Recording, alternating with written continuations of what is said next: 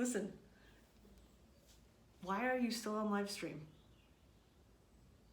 Stop it. If you can get out, get the fuck out.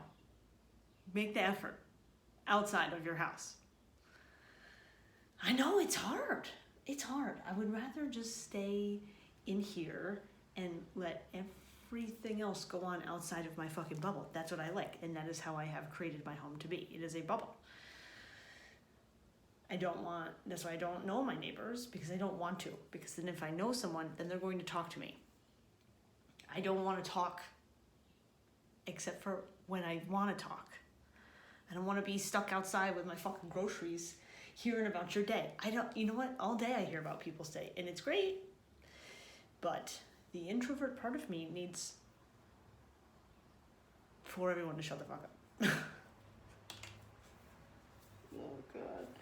So anyway, if I have to leave my bubble, you should leave yours too. Come into the studio bubble. Yeah. Studio, gym, whatever. Go out, do group fitness. Because so many fucking reasons. Reason number one, people are counting on you. Like in more ways than one.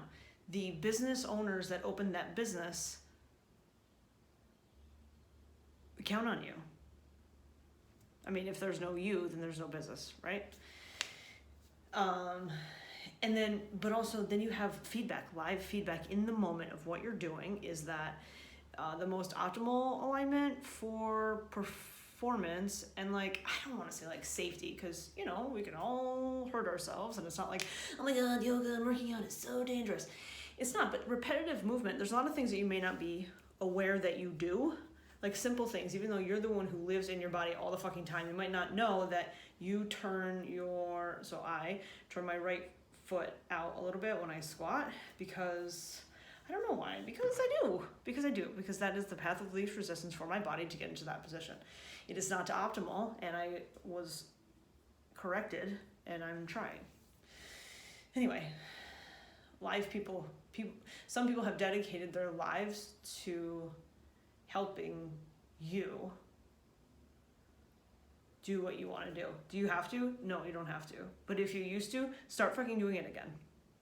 If you're ever curious about it, I mean, good fucking Lord. If not now, when? The increase in body mass index in this country over the last however many months, what even is it? June, it was March, let's just call it a year. I would imagine the country overall, our weights have gone up. Some people, it's because they you're just stuck at home. Other people, maybe we're coping with food. This is not what I intended to talk about. Just fucking go in. Just go in. If you got a live stream package, fucking talk to the owner. They don't want you on live stream, except for the one girl who makes all the money, and everyone has a membership to her thing because it costs, 2 cents. All the rest of us, could you just come in? We have this beautiful building for you. Okay, great. What did I actually want to talk about? I wrote notes down. Okay.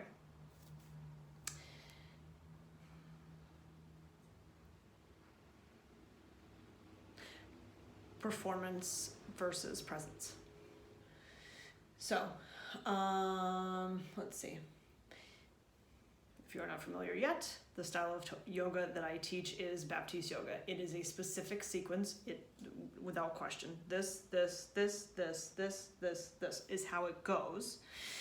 Typically, though it is not as strict as, the Hot 26, where it's like no variation at all. Sometimes, we lengthen or shorten a class, and so we might have to take out some things, or maybe sometimes add in a little, you could do this from here, but it's not the thing that's written on the card. Anyway, it is predictable. And so when you first start out, this is so much about like the beginner mindset, like I talked about. I think it's like, that was the first episode. The beginner mindset, with yoga, specifically Baptiste yoga, is like, oh, I don't know what comes next. I don't know what comes next. I don't know what comes next. Because you don't. But then you learn the sequence and then you know what comes next and you can prepare. So then you know. Oh, I know. Like I remember my friend Jason, he always knew by equanimity, eagle pose, which is like, it's not the middle of the practice, but it's like the middle of the standing portion. It's the balancing part. He said he always knew if he was like tired by then, or like starting to maybe, well, I don't think he said running out of sweat, because I don't think that he can run out of sweat, because he is the sweatiest human in the entire world that I have ever seen. Legit. And I fucking sweat a lot. I know a lot of sweaty people. Anyway, I think we should get him a trophy about that. It should be a droplet. Oh, he would know if by equanimity, if he was tired, that he was fucked for the rest of the practice. So, which is like helpful. That's what we do all the time. That's why I remember the things that we remember. I was thinking about this. I was staring at the ground while I was hiking, and I was like, oh, that's why we do that. That's why we store our trauma in our bodies, because it's not supposed to be a lesson, but like you're supposed to learn a lesson from it. Like, oh, danger, this thing, this person, or this gender, or this scenario equals danger. So you need to put that in your body like a scar, so that you remember, don't go, it's like you touch the stove for the first time and it's hot and you're like, oh, fuck, that is hot. So then like, oh, don't touch the stove, idiot. That's the most basic way you could say it. Anyway, we want to remember things because we want to protect ourselves. I think that's our most, that would be the most important thing to us as a species, right? I always want to talk about us as a species, because we have it that we are so different than animals, or even like plant life. I don't think plants have feelings, not like conscious feelings, but maybe they feel it when you pick them. Like nerve endings or something.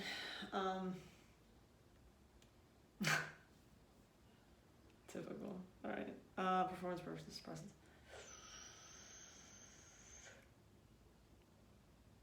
Went from the rigid and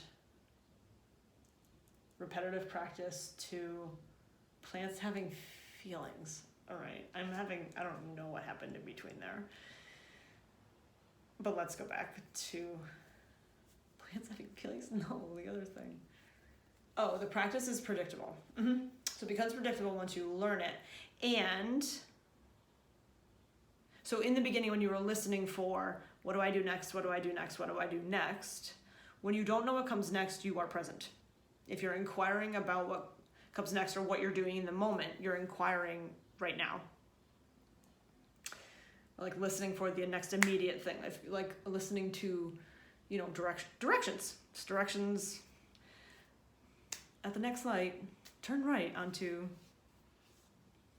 Jacaranda Boulevard. My mother, when she lived in Florida, Florida? Yeah, I had a phone and it was telling me directions all the time, and she had a British accent. I had it changed to a British accent.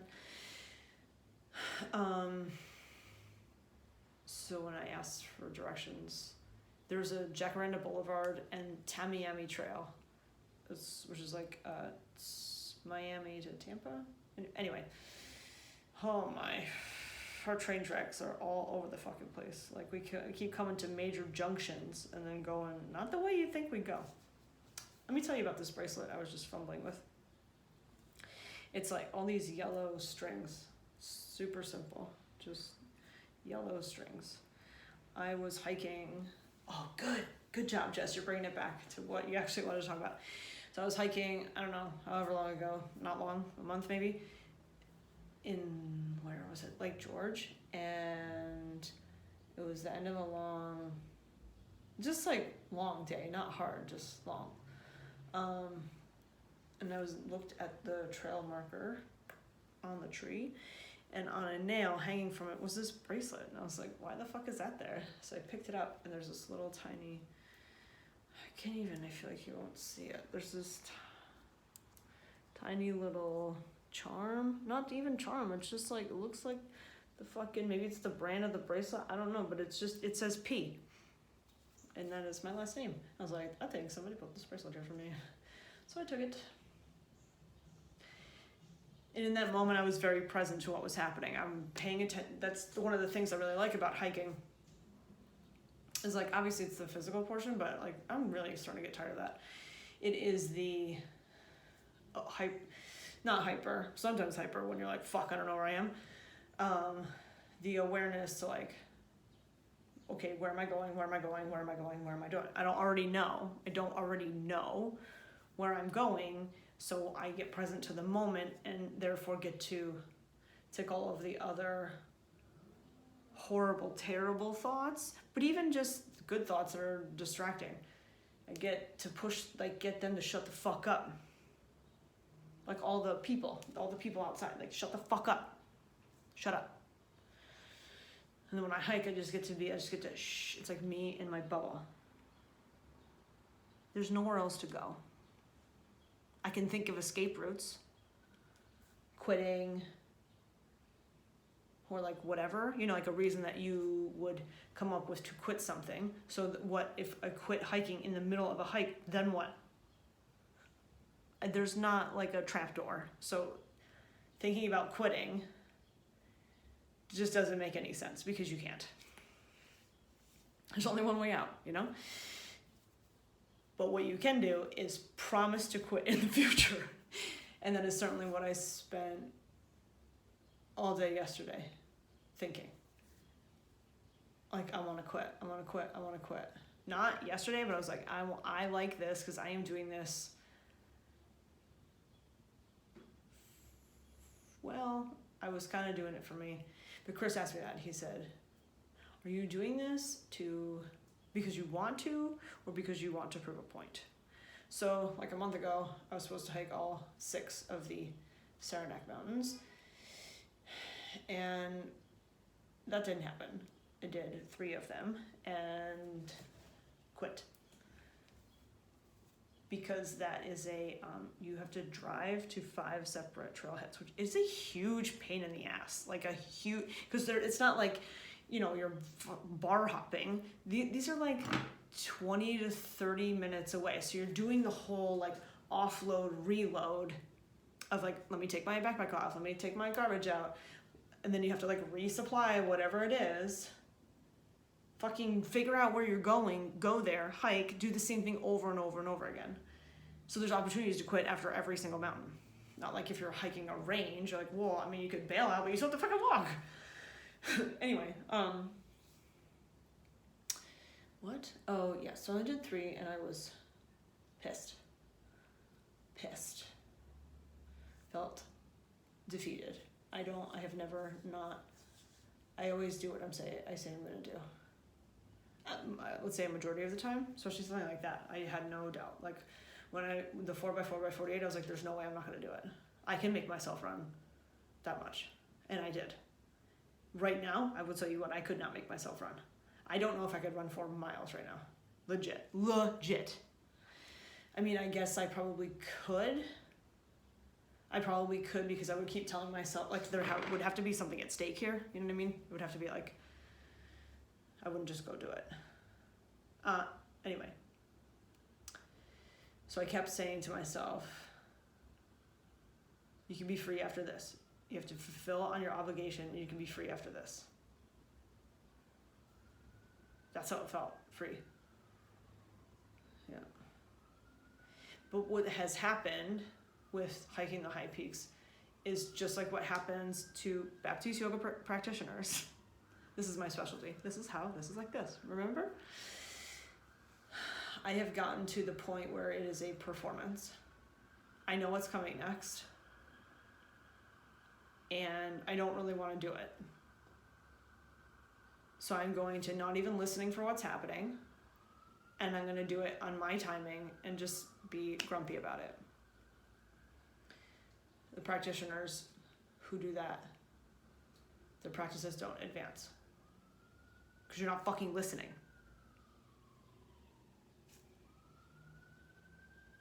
You're not listening. And it's not just listening to me or a teacher. If you can't listen to me, then how are you listening to your body? When I'm like, do this thing. When you're missing a connection, it's because you're not listening. That's what it's like putting your, when you take a cup and you put it to, I don't know why I want to think a hotel door. Why are we doing that? Where the fuck else would you do it? It's probably on TV or something. Man, the amount of threads of my fabric that are made up of television is quite a lot. It does give you like a lot of reference to the world, but when you're like raised by a television, it's really confusing because you don't know that that's not how things are. So you start to take on this like fake personality, and some of us never shake it.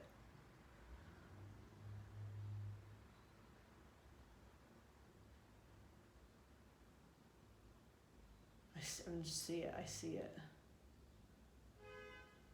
see it. It's that, like, social media is the same as ratings, you want to get good ratings when you're part of a sitcom or television show. How does it even work anymore? God, how we have evolved. Oh my God, can we go back to where the fuck I was?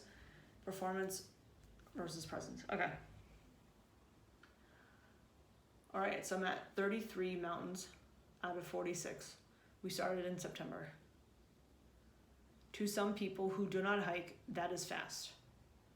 To people who are the only people I can focus on, who are much faster, better, stronger than me, that's not a lot.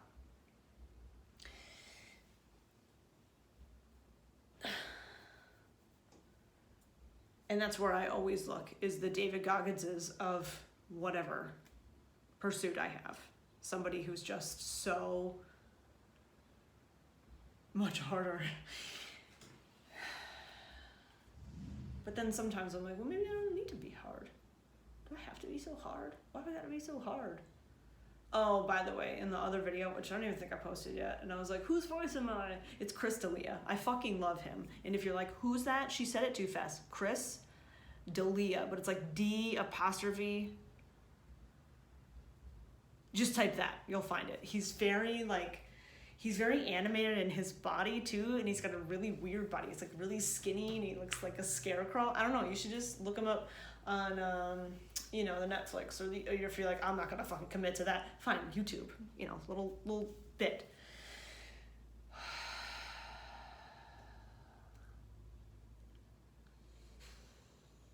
Anyway, I don't wanna do it. I'm like not excited. I'm not excited at all. I'm not excited to finish the 46, but I said I would. So just gotten to a place that's like a challenge burnout. It was something I really loved and enjoy, which I do still really love and enjoy, but now it's become like every other thing I love and enjoy and like turned into work. It's just work now.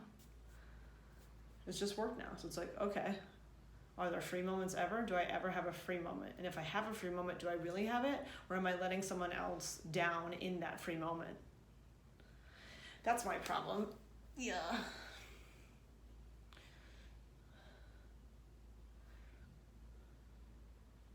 Because I feel responsible for everyone. It's so narcissistic to think that, though. To think, oh, I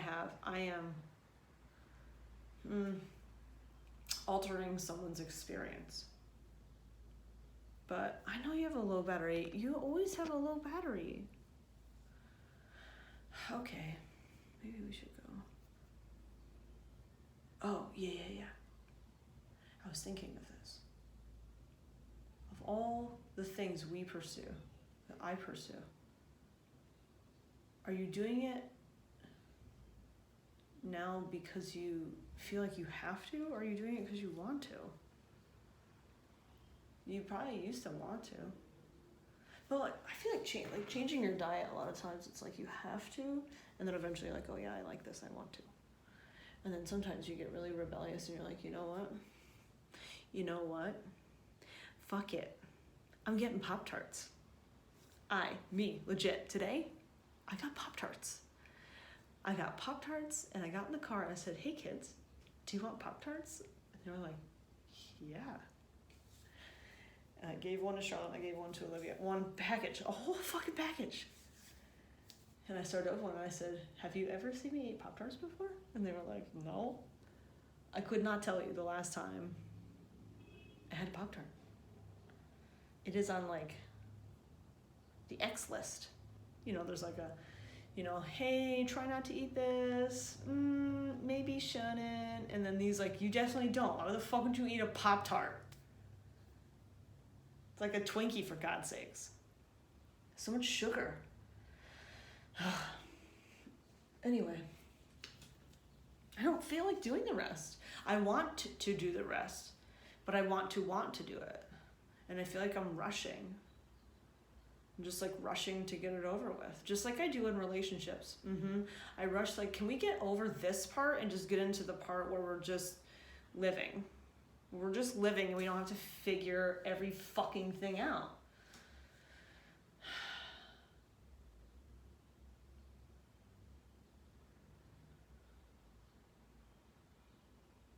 I like to have some things just already figured out.